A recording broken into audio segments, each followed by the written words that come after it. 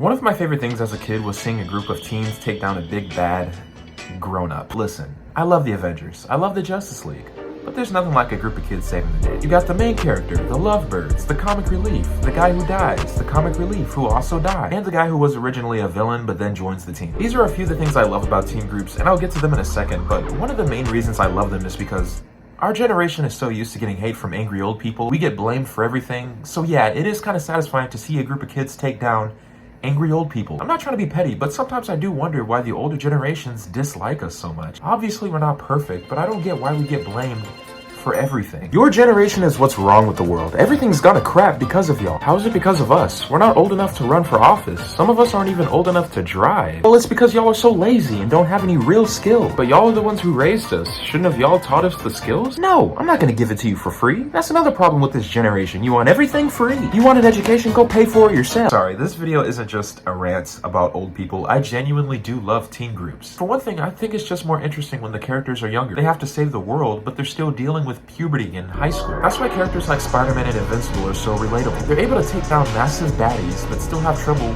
talking to baddies. And because they're kids, you get to see them grow and develop into young adults. I think Avatar: The Last Airbender did this really well. In the beginning of the show, Aang was just a goofy kid. He didn't even care about being the Avatar. All he wanted to do was play. But by the end of the series, he fulfilled his destiny and became an established hero. Sokka started off as a wannabe hero and misogynist, but then developed into a great leader and strategist. Katara was a nervous waterbender, but eventually gained the confidence to achieve her full potential. And Toph, well, she doesn't need to change, she's perfect. But of course, the one person I left out who had the best character development in the entire show is Zuko. His journey was incredible. His desperation to catch Aang, the guilt he felt after betraying his uncle, and the courage he had to leave home right after his father had accepted him back.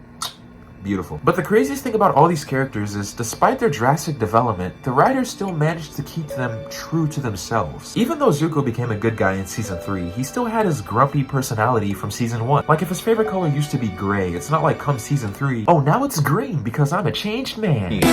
No, he's still Zuko. Even though Sokka stopped being a misogynist, he was still sarcastic and funny. Aang accepted his responsibility as the Avatar, but he still loved having fun, like when he showed those Fire Nation kids a dance party. Katara became more confident, but she was still bringing up her mama in every episode. Seriously though, I think The Last Airbender is one of the most accurate depictions on how teenagers grow while still being themselves. Another thing I really love about teen groups is how they can mimic friend groups in real life. For example, a lot of friend groups usually have a duo of best friends within the friend group, like Cyborg and Beast Boy or Shaggy and Scooby. This is actually pretty realistic because in most friend groups, not everyone is equally friends with each other, if that makes sense. Like, yeah, you're all friends, but you may be a lot closer with this person than you are with that person. Sometimes there might be two people in the friend group who barely know each other, but because they have a mutual friend, they're around each other all the time. But sometimes friend groups split up. Sometimes friend groups evolve and change. New members come in, old members come out. For example, in Young Justice, if you look at the original team, almost none of the same members are there in the new season, mainly because most of them died. But that can still represent how friend groups change in high school. I'm sure most of you can agree that the friend group you started with freshman year is not what you ended with senior year, hopefully for less gruesome reasons, but it happens. And if you're still in high school, I'm not saying your friendships are gonna go down the drain. Just try to keep an open mind and know that plans change and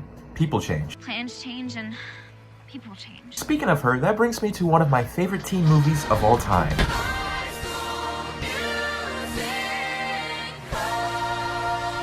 It might seem weird to include them since they're not saving the world or moving rocks with their mind, but they still weren't realistic at all. No one was in the hall singing at 7 a.m. But for some reason, we all thought high school was going to be like that. We were tricked. Honestly though, what was stopping us from breaking out into a song? Because who was going to stop us? The teachers?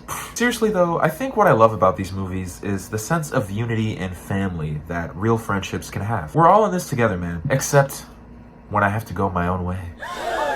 No, I'm just kidding. We're all in this together. We're all in this together. For a lot of people, friend groups can be like a second family. And for some people, it's their only family. And what I love the most about teen groups is how they illustrate that so well, over and over. How friendships that start young can last a lifetime. And sometimes, even more.